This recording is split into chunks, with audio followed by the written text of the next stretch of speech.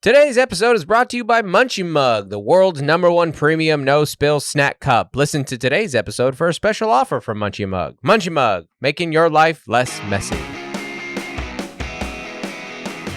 Hey everybody, welcome to Don't Make Me Come Back There. We are a funny podcast about family. My name is Dustin Nickerson. I'm a stand-up comedian and the host of the aforementioned podcast. And alongside me on the Dude South, Dude South. It is Dude South. If I'm here, it's Dude South. And also due south of our state-of-the-art recording studio / our bedroom is my lovely wife, my CFO, and the co-host of this podcast, Melissa Nickerson. Hey there. Thanks for tuning in this morning, this evening, wherever you are, whatever you're doing right now. Really appreciate it. Mm-hmm. You guys hopping in the back seat, you backseaters. Today, we are going to talk about family, and we're going to talk about comedy. That's all we know so far, guys. We've got a hot day ahead of us. Hot day ahead of us is headed up. We're letting our child play hooky. We're going to go see some animals. We're going to go on some rides. You know what? You don't need the details of our lives. We live secretive lives. Very secretive lives. Not really. I want to start off today by, I'm going to read you something. Okay. And it's very funny. Great. Yesterday I was Googling myself because I have a huge ego. And no, it's really... Your net worth? No, well, that came up. Okay. That's why, and there's like these little bot articles that just, they grab some things about you on the internet and nobody wrote this. Like a bot wrote this. Yeah. And I just think it's very, very funny because it's all so wrong. But it's called, this is from factsbuddy.com. Charlie Barron's taught me this trick a while ago that when you Google yourself, you can see what people are searching by you, right? Because you'll see the next word. Yeah. So Dustin for us, Nickerson. it's usually Dustin Nickerson comedy, Dustin Nickerson book, Dustin Nickerson wife, I think is actually the #1 one. Dustin Nickerson Mars Hill is pretty high up on there. Well, and then other acts that you've opened for. That's never on there. Never? Nope. That's never even high on there. I think at one point.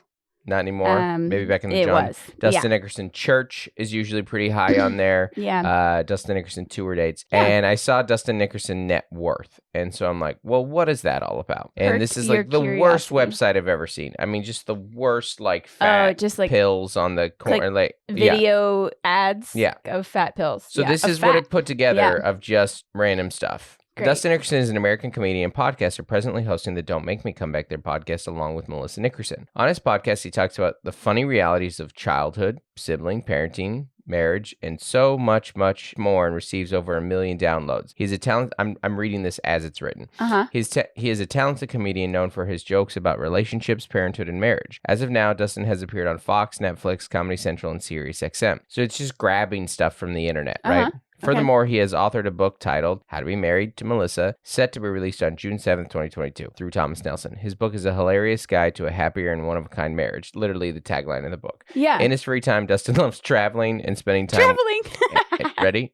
Yeah, I'm ready. In his free time, Dustin loves traveling and spending time with his adorable... What do you think the next word is? You'll never guess it. I was Taylor?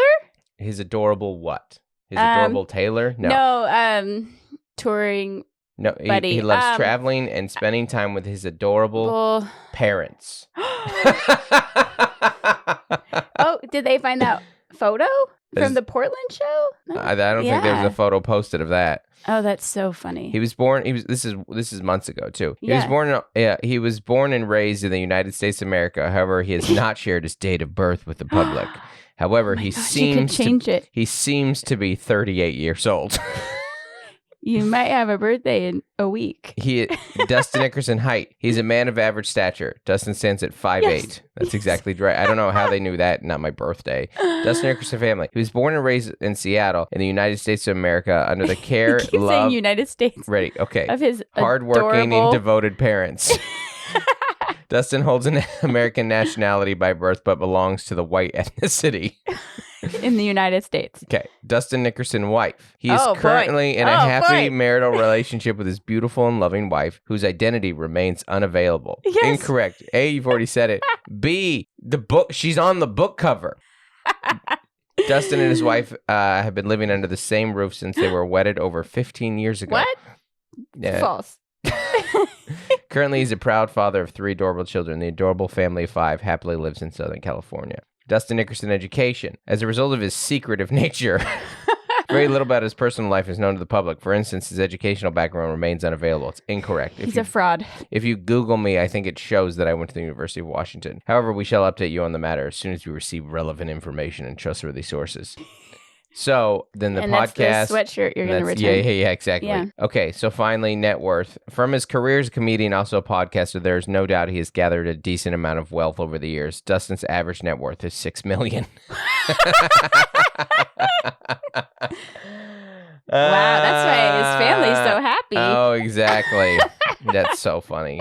And that's so ridiculous. So ridiculous. It's just very funny. But if you do also... I guess that's our version of the tabloids. Yeah.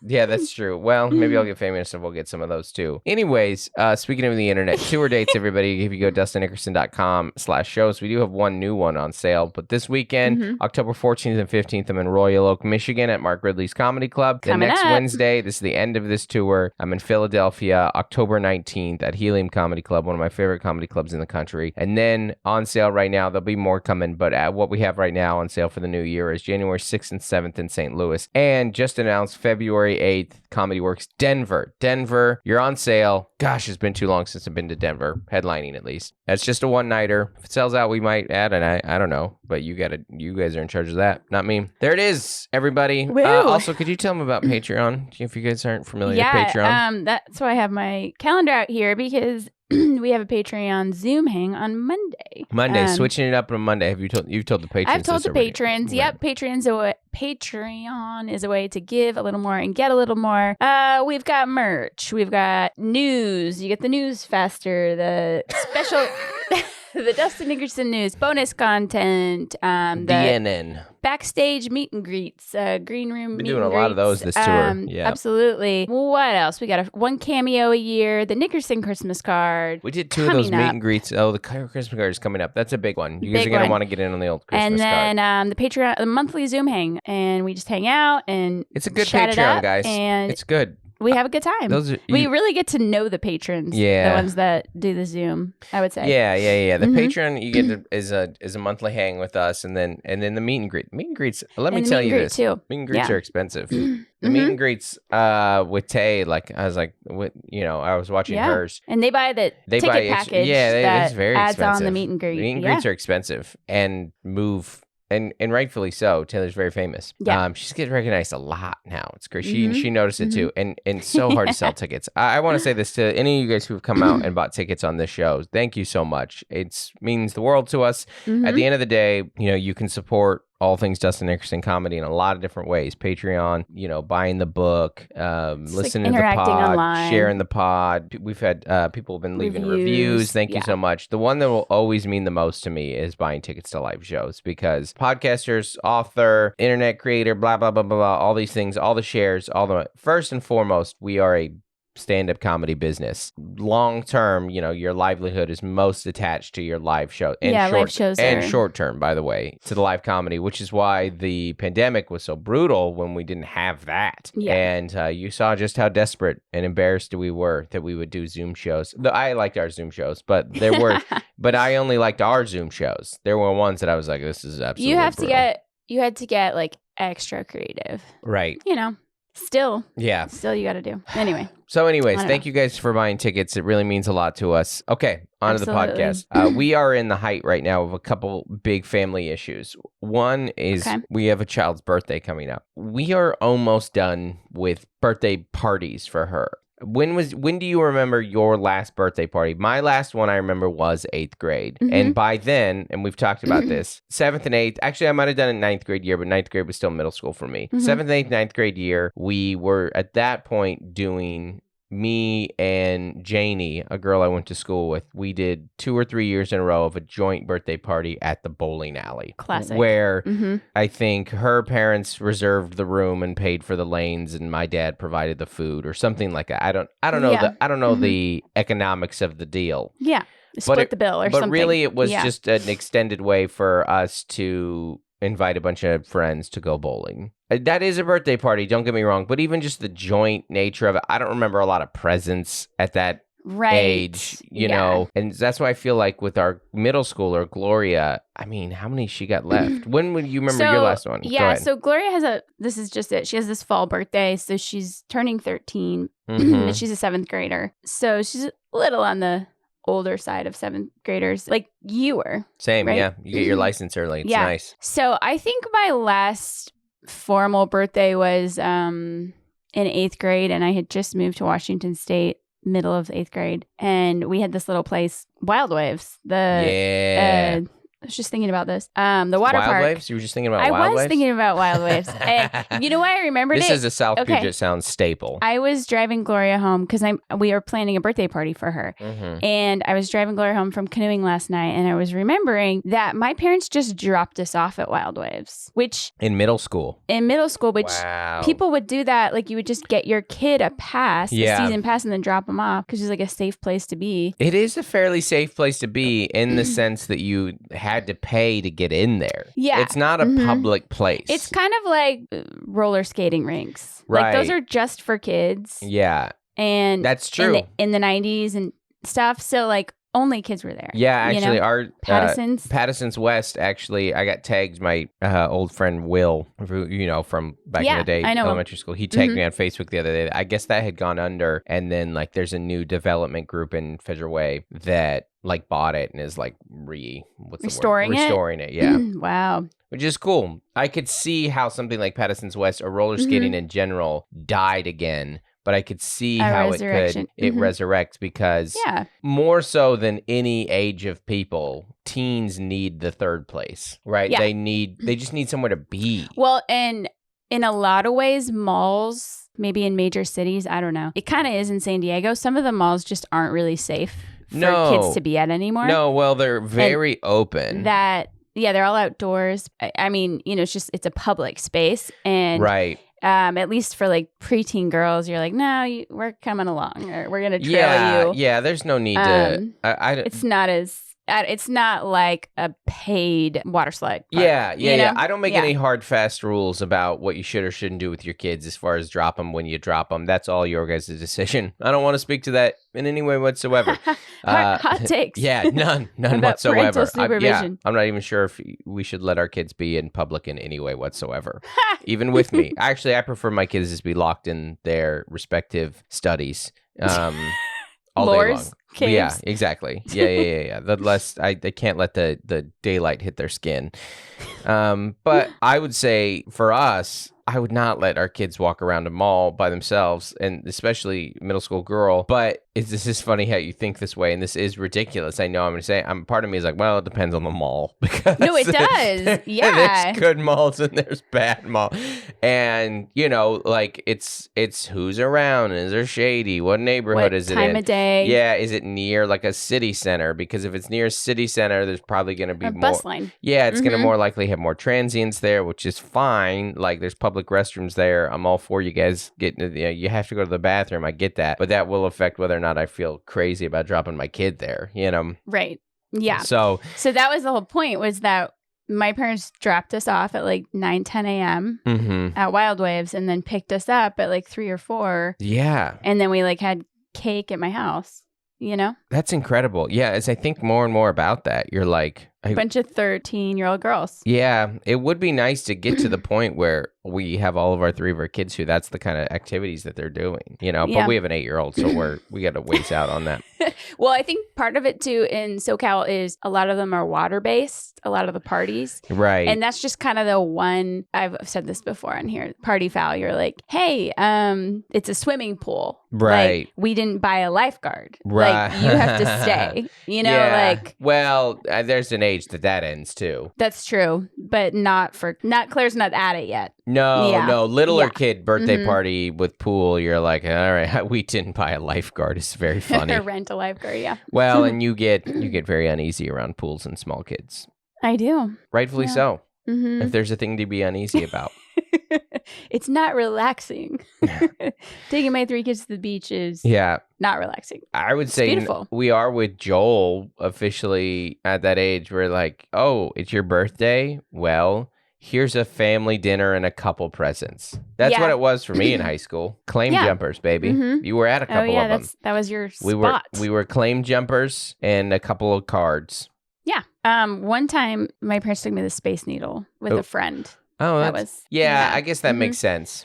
Yeah, I think that was my 16th birthday. I want to hear, shoot us some emails on what you guys remembering, A, of your last birthday party, and B, when you cut your kids off from their birthday party, because I want to know, because we're real close on one of them. Joel the pandemic kind of phased him out of it in general. Like, he was right around the age where he was going to get out of them anyways, and then we were on, like, lockdown at the time. It was May 2020, and that was the last semblance he had of a birthday party, but even then we were kind of on the fence. But shoot us an email at dontmakemecomebackthere@gmail.com, because I want to hear. Well, what I'm realizing now is it's just a lot to orchestrate for that age if you're still going to do something, because as we're running into, you're like, these kids, your friends, they are so busy, and you're trying to get them to do something on Saturday. And what you keep running into is you're like, they all have things to do that day, and to put a birthday party in the middle of the weekend and accommodate around activities and family stuff. Rides.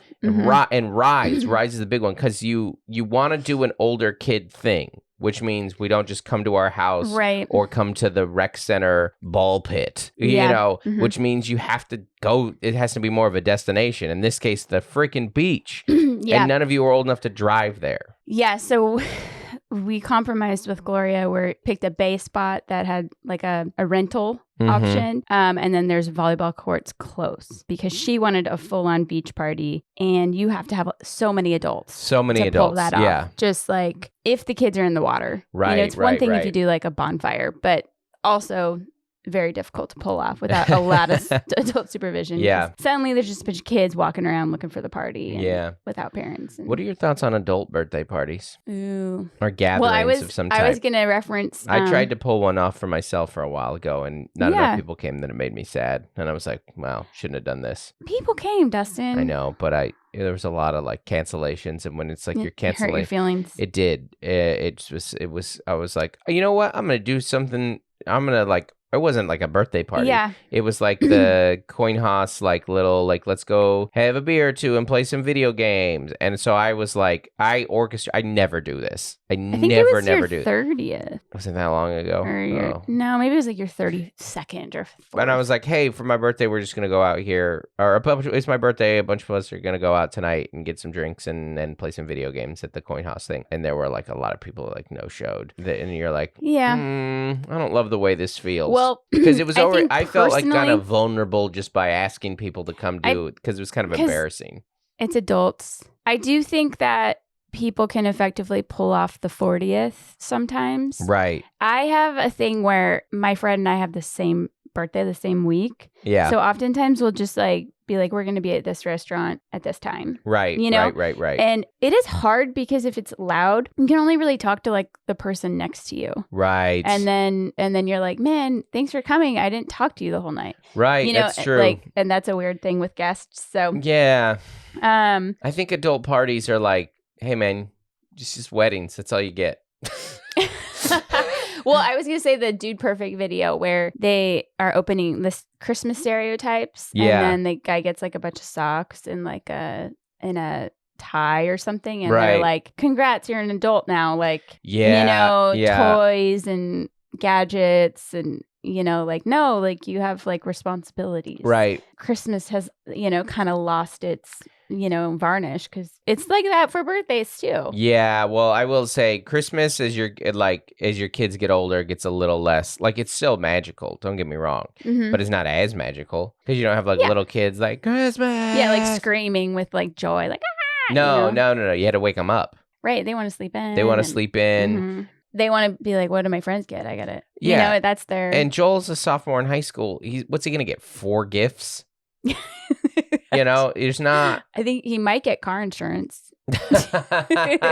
Maybe. Yeah, I don't know. I remember talking to John Christ about this like a while ago. A college tour? Yeah. John was talking about how like his family, this is years ago when I was touring with him, he's like, we're at this like phase right now where all the kids are old, but none of us have had kids yet. So there's no like special Christmas morning experience when we all get together. It's like we're all in our pajamas and we all got it's like just a bunch of adults sitting around opening gifts. Right. You're like, well, the zeal, the excitement is people who are still, Christmas is still very fresh to them. You mean a kid Christmas versus like an adult grown... A little kid Christmas versus an all adult Christmas, which we've had a couple of versions of that where you're like, oh man, we're all just a bunch of adults. Yeah. Some of y'all are nursing hangovers. Some of you are like, the one person who got up to cook is furious about it. You know, and like there's a lot to unpack, and adult Christmas can be a bummer. You need some. We were talking to a friend on Christmas Eve, and we were like, we've got the Christmas light bingo that we're setting out to do right now. Yeah. And the cinnamon rolls are prepped. Yeah. And we're going to be up until 2 a.m. wrapping gifts. Yeah. And they're just like, they don't have kids. You were saying this all, yeah. And they're like, that's all fun, yeah. Oh my gosh. Like, Yeah, whoa. we're holding on while we can. Holding on while we can. And then, you know, they're just like, well, I got some gift cards, like, to put in envelopes. Like, it's just different. Yeah. Yeah, you know, we're getting into the holidays are dad's sad season. As everyone in this house knows, especially you. Mm-hmm. I mean, I am down for between my birthday and New Year's. I mean, I can cry at any point without cue, without reason, other than just strong feelings. Forgive me for the melancholy nature of this podcast already. I just had this glimpse of like a Christmas where me and you woke up and it was just us.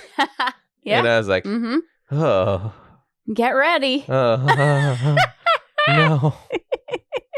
You had a ghost of Christmas future? Yeah. Yeah. Yeah. I'm like, what does it take to get all of your kids together for every Christmas? And it's impossible. That's a miracle. You can't do it. Because it's literally too much to ask for because they have other families with other people that you have to accommodate for. But you don't know when that's going to start happening. I guess that's the harsh reality is. Well, if Joel is us, he'll meet his future wife next summer. If he's me. Yeah. That's coming up. And then in about 3.5 years, he'll have someone doing premarital counseling that tells him, hey, consider breaking away from your family traditions. And if I find that person, I'll murder them. I think, and also I was going to say on this, and then I want to get to, you said the adult birthday too is like, I think you can pull off 40 for a thing. I know sometimes. We know some people recently who have done like destination 40s, you know, and I Depends get on that. how successful you are. Yeah, I mean, that's what I was going to say of like, I would say 36, really 37. My birthday last year was the first birthday that I got I was really unhappy with the numbers I was hitting. I was like, these don't feel celebratory to me anymore. But birthday is a celebration, you know, it's your big day. We're all celebrating you. And I get that. But at a certain point, you just start hitting numbers that you're like, I'm not crazy about being this age. I don't love that it ticked up one more. I don't like that. You know, I don't like, you know, it's, I just don't like the way that it feels. As I said, like, you know, 36, right? Once I hit 36, I started saying we're on the 40 side of 30. And you're like, Yeah. You don't like, once you are getting anywhere near 40, you stop hearing anything like, oh, you're so young. You don't get that anymore, you know, unless someone's like in their 60s and you're like, well, yeah, according to you, I am. But anyway. No, I mean, it's feeling so middle-aged. Yeah, so middle-aged. Feeling. But we are. Yeah, exactly. Yeah, there's nothing feeling about it. I mean, all my friends are in their 40s. Well, I mean, way to throw your friends under the bus there. No, Well, I'm kidding. I'm kidding. Well, I would say, I said this on stage because I've been riffing on a few of these ideas. The bummer is that the only part of you that doesn't feel 40, the only part of you that doesn't feel middle-aged is your brain. Your brain's as sharp as it's ever been. Sharper. You know, right? Because you've learned and lost you know more. so much. You know more. You have better life perspective. Mm-hmm. You've accumulated the things in life that you need to know. You're a faster learner on like life skills and experiences. You have all this knowledge and insight, you know, and you're like, well, up here feels pretty sharp. Any information I have lost, I didn't need. Right. I'm trimming down up there. My brain's losing weight. It's keeping just the necessities up there. It's stronger and leaner and more muscular than it's ever been. Meanwhile, my knees and my teeth and my, you know, various aches and pains. I know. We shouldn't do podcasts in the morning this early. Mm-hmm. You're really derailing. You know, we just got a lot to work through here. We got a lot to think through. I said this on stage. I'm glad I didn't put this joke in the special. This is your new material that you're building. Here's a little Dustin's Comedy Corner. We recorded the special last Sunday, 2 Sundays ago. You do the thing now where like I recorded like 50, 55, and you're like, well, I don't want the special to be that long. And so I'm kind of trimming out some of the ideas. Jokes, And anything that I had in there that had to do with like aging, I'm keeping out because I'm like, well, that's going to be a lot of the new hour. And I don't even know if I did this in the special, but you know, I've been doing this joke of, you know, I'm 37, 38. I have like 7 friends. If one dies, I have 6 friends. At this point, I'm not adding new ones. And I go, one dies, I have 6 friends. I go, they're just like Guess Who characters that I slam down. Oh, gosh. And that's been getting a laugh. Guess Who? That's hilarious. Not you. You're out. But I was going to say this Halloween, not trying to go to a pumpkin patch all that much. I know. So sad. Your kid's getting older is so sad. And we brought a dinner to our former neighbors, and they have brand new baby, and Claire and Gloria were both like, ew, we don't like babies. Yeah. And I was like, well, go say hi. Go say hi. And that's what made me realize, oh my gosh, like we don't have a lot of friends that are having babies. They've had their babies. Oh, Melissa, we were watching She-Hulk last night, and there was a wedding episode, and I was like, I don't know the next wedding that I'll go to. Right. All our friends are married or getting to the age where they probably wouldn't do a wedding. A destination. That's what I was talking to Tay about. Tay was like, I'm not to air her plans and stuff, but she's like, I'm on the fence about whether or not I would do one. You know, she's like, eloping looks pretty cool, and then just like throwing like a party or something, you know? Right. It is like, you get to an age where it's up to the couple. We have a couple engaged friends, but the Egans are engaged and they're doing a wedding, and you know, we're not going to. Zoltz is engaged. Yeah. Zoltz is engaged. I don't know what their plans are. I don't either. Yeah. Yeah. But anyways, to your point, weddings and young babies stuff, when you're like, oh, I guess this is why like old people or not older people, but people with older kids, when they see a baby, they get really excited, because there was a season of our life there where we were having young kids and all our friends were having young kids. I was like, the last thing I need to see is a baby. Babies are everywhere. Babies are everywhere in my life right now. This does nothing for me here. But now it is like when I see a baby, I'm like, oh, baby. Yeah. There's a novelty to it. Yeah. And speaking of babies. Munchie Mug. Hey. Guys, if you're not familiar with Munchie Mug is still actually a pretty helpful product because kids spill stuff at all ages. We sat down and watched She-Hulk last night. Should have been using the Munchie Mugs because we had 3 kids with 3 bowls of popcorn, each spill on average 9 popcorns each. It's crazy. Munchie Mug is the best spill-proof cup on the market for snacks. For snacks. Whatever it is that you have in your life that you don't want spilled. Veggie straws. Pirate's booty. There we go. Yeah, we're in sync. Seasonal candy corn. Candy corn with the pretzel mix. Chex Mix. Whew. Chex Mix all berries. Oops, all berries. It's a great product. Comes in a variety of colors, a little fabric lid, a little sensory experience made right here in the United States, and it's dishwasher safe. And if you guys go to Munchie Mug, you can get a special offer. If you use promo code Don't Make Me, that's all one word, Don't Make Me, to get 25% off your entire order. No apostrophe on that one. I don't know about the capitals. All caps. I don't know if it matters. But anyways, munchiemug.com. Use promo code Don't Make Me to get 25% off your entire order. Munchie Mug. Making your life less messy. Let's get into a couple emails here. Last week we brought up the issue, 2 weeks ago, the issue of, it was last Flems Day. The day was Flems Day. I know, I got a bunch of people messaged me that day. Happy Flems Day. Yes. It feels... I don't know. It's appropriate. It is, yeah. Flems Day. Like, what? They got another name? They named it that? What? Why'd they do it? Why didn't they just call it Extra Day? We were talking about dress code issues. Yeah, and at school. It was school and our kids and how to talk about it. And we got a couple emails here. This one here is from a friend of the podcast, Jamie. Hey, Jamie. Yep. And it says, "Hi, friendlies." And this is subject dress code. "We have a dress code at the middle school I work at that no one really enforces except for one hard, fast rule. Students are not allowed to have blankets or stuffed animals. That's the hill we die on, apparently." She does the shrug emoji.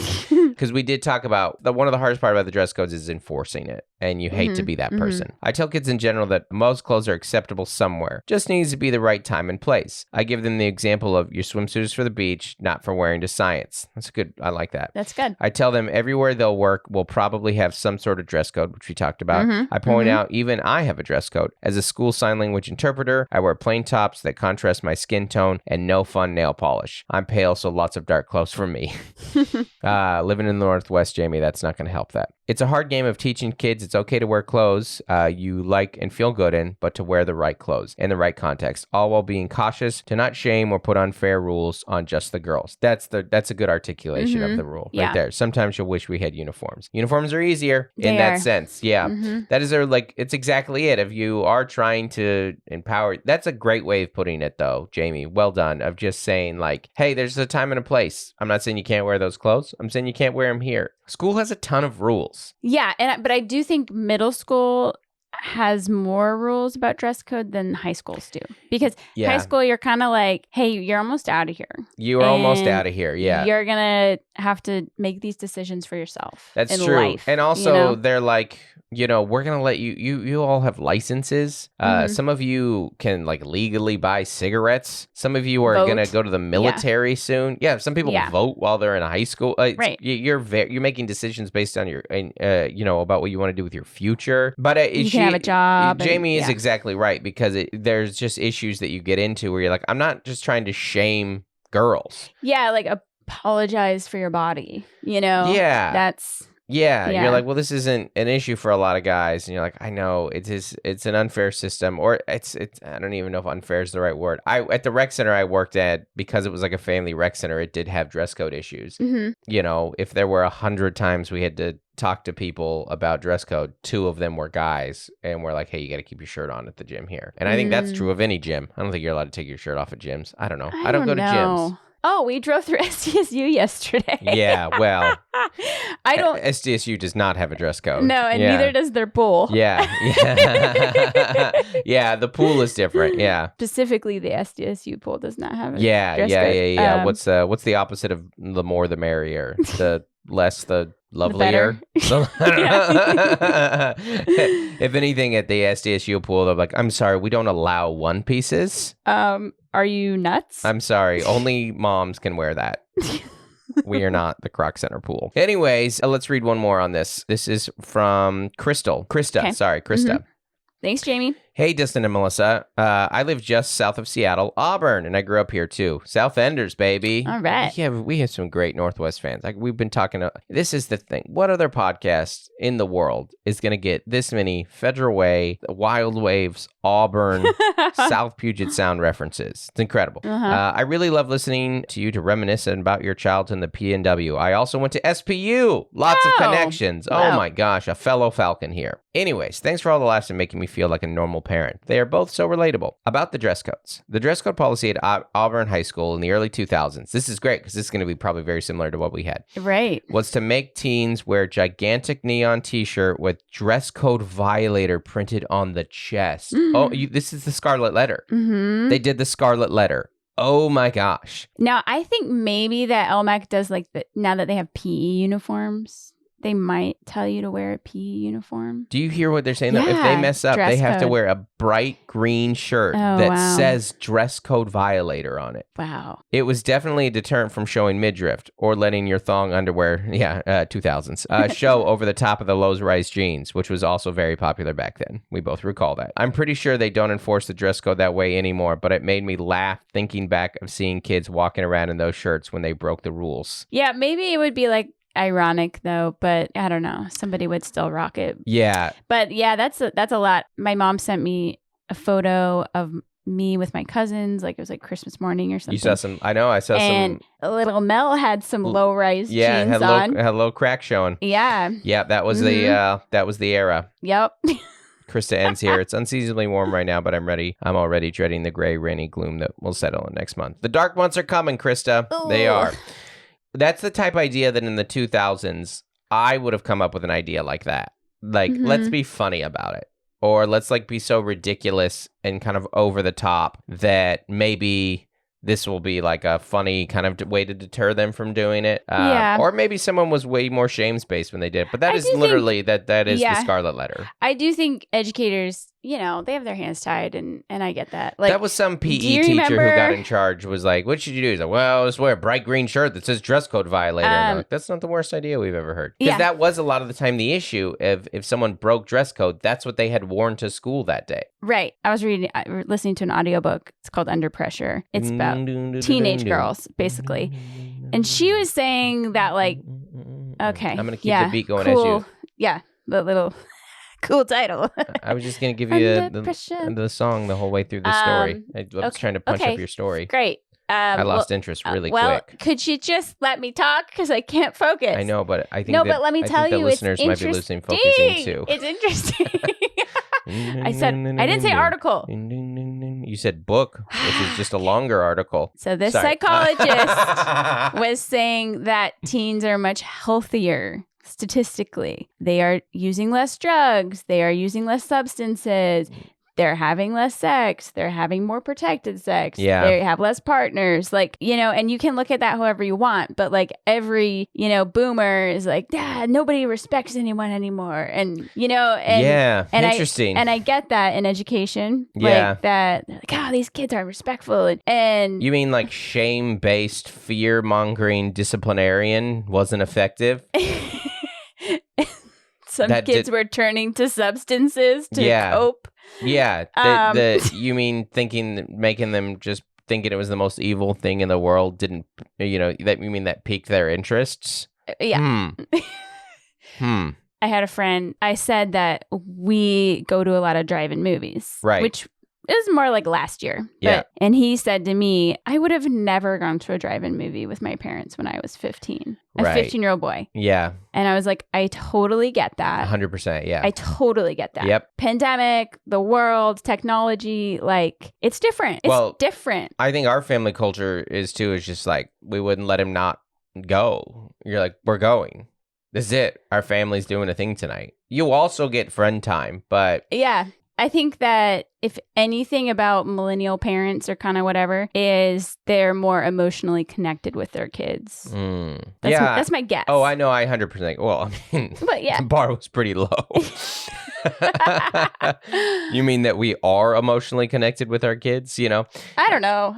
I don't want to ruffle feathers too much. Whose feathers are you ruffling here? I don't know. I think it's not an observation. It's a book. It's a psychologist. It's a real thing that you read. I think that 100% makes sense. I see the behaviors of our kids and their like quote unquote like bad friends, if you will, for lack of a better phrase. And I was like, high school's tamer than it used to be.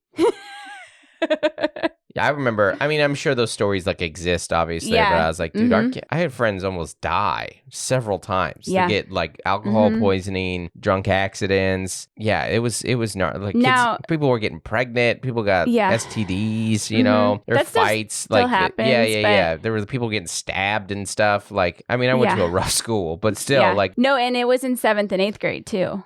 Yeah, that stuff was happening pretty young. I do think that there is like, and you can say what you want, this is not like a political statement, but every generation is much more open-minded than the generation before them, meaning that like this generation is a fairly progressive, open-minded, non-judgmental generation. Gen Z. And what are our kids? Are they Gen Z? I don't know. I don't think they have a title yet. The point being, they're very... no, never mind. Like, we don't hear about with our kids? Bullies. Like, that just does not come up, That was like a huge part. Yeah, I mean, I guess there's internet trolls. Bully was, they're all online. Bullying was a pretty significant part of my childhood. And I think everybody, just had kids that you were scared of because they were bullies, you know? Mm-hmm. Teens with substance abuse, there's bigger problems, right? When you're coping with substance abuse. And I think that, you're not dealing with pain. I obviously, that it did affect me in some significant way because I married a bully. Yeah. Nah. All right, we're going to do one more email and then we're going to get out of here. This is going to be a quick one. Hey, Dustin and Melissa, we're taking a family vacation to San Diego next May and would love some recommendations. Woo. Our girls are 10 and 7. Aww. Any insight would be much appreciated. I seem to remember Mel loving an aquarium where she chaperoned a school field trip. I think that was the art museum up in LA. But 10 and 7. 10 and 7. Probably too old for the kids museum. That's they could go, but yeah, kids museum's good. The downtown, the Legoland's fun. Museum. You might be able to milk a. I think Gloria was 10, maybe 9 on her last Legoland, depending on what they want at the theme parks. Legoland is very built in, very contained. Good rides, yeah. And Carlsbad does 7-year-olds can do. People have mixed feelings about SeaWorld here. I'm just going to speak on it at a fairly objective level or non-factual. SeaWorld is very fun. There's a lot of rides and there's a lot of animals, and it's never that busy. I think like peak weekends, if you can go during the week. Yeah. You know. That's in regards to our amusement parks free stuff or more affordable things. Balboa's stunning, and there's a ton of great museums there. Claire's favorite is the Natural History Museum. The Nat is very good here. The science one. They've got a little Japanese friendship garden that we like going, botanical garden that's going through. They have a ton of museums. They just opened a Comic-Con museum there, which we haven't been to, but we're going to go soon. Oh, and then the shuttle is free. That's fun. Yeah, you take the shuttle around. Also, if you're there every Tuesday, there's certain ones that are free. So yeah, those are residents though. Oh, never mind then. Free. Also, the downtown San Diego water park is great. Very great downtown park. And that's free. It's fantastic. The best little touristy walks that you can do are going to be Gaslamp is very bumpy, touristy. The most touristy area of downtown is Seaport Village. That's like going to be like the shops and cheesecake factories and stuff like that. Water views, but that's very touristy. Little outing things. My favorite beach Little is Italy. Little Italy is great. Little Italy is great. I really like Little Italy. Little Italy might be worth it. Day trips or outside neighborhoods that we really like, or both drive beaches are like La Jolla and Coronado are my favorite beaches to go to. Mission Bay has the roller coasters and what's that boardwalk? What's that area called? Mission Bay Park or amusement thing. That's fun. And then I would say the Bay, Mission Bay, like you could rent a paddleboard, or there's a lot of playgrounds, taco shops. So very fun place to be. Boardwalk, just beautiful. Yeah, and views. For the Mexican food recommendations, I would say do one absolute hole in the wall. They all taste the same. There's a couple ones that are really good, and then we really like city tacos, and those are all over. If you're looking for a cool hipster neighborhood area, North Park is our highest recommendation. Mall Fashion is our best mall. The best. There's a lot to do in this city. The Better Buzz is acai bowls and coffee. Yeah, that's not my favorite coffee. I don't know. Everyone's got acai chains, now, no matter where you're staying, there's going to be like a Dark Horse nearby, and Dark Horse is probably the most consistently good throughout the city. So enjoy your trip, everybody, and thanks for listening to the podcast. All right. Take care, guys. Bye. Hey, thanks for listening, everybody. Wanted to give a special shout out to our As Essential as Oils patrons. That's our $25 a month and up level patrons. Thank you so much for your support of the podcast and Dustin Nickerson comedy. That is Trey Turner, Nathan and Jennifer Merritt, Adam Bush, Jennifer Ashley Downs, Juliana Smith, Jordan Cowan, Code to Grow, Courtney Eibling, Lori Amos, Dave and Melissa Cox, Isaac Terron, Farrah Journey, Bonnie Galindo, Carrie Teague, Averill Griffiths, Jessica Sewell, Rachel Kennedy, Dave Hoagland, Demarius Diaz-Stevens, Nicole Carraz, and Tiffany Payne. Thank you so much, everybody.